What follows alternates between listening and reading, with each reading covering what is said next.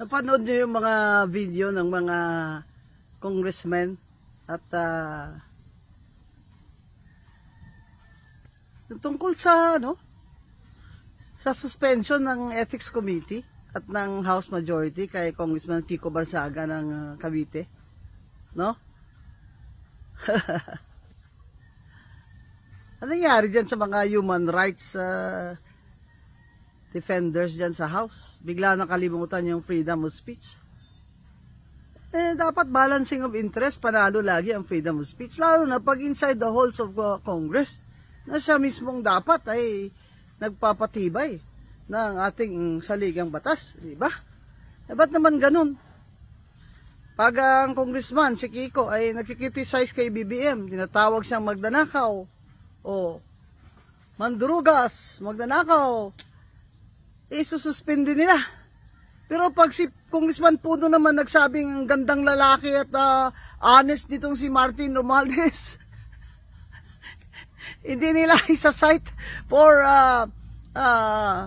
unethical conduct for being biased. Putang.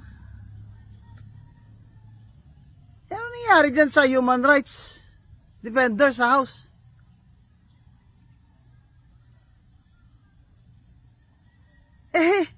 Hindi ba dapat ikumpara mo naman sa pagkanipis ng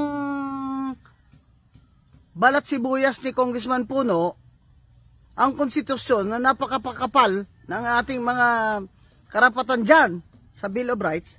Abay dapat panalo si Kong Kiko at hindi siya dapat mag-suspend. Dapat chastise pa nga yan si Congressman Puno. Akala mo naman kung sinong napaka-moral na tao. Ano, Congressman Puno? Oo. Halika.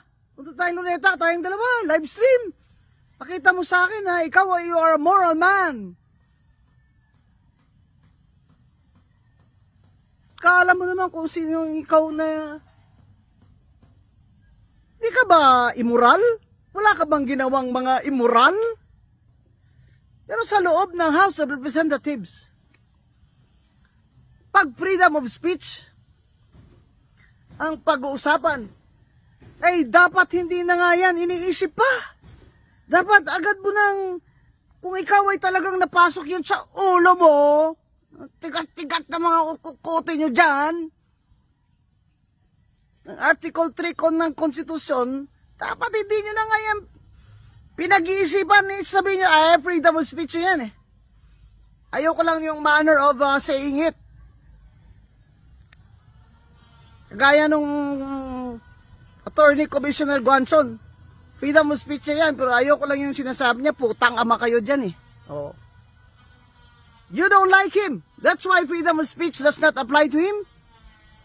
You don't like what he's saying because that's why freedom of speech does not apply to him. Freedom of speech applies only if you like what he's saying. You pretentious fox.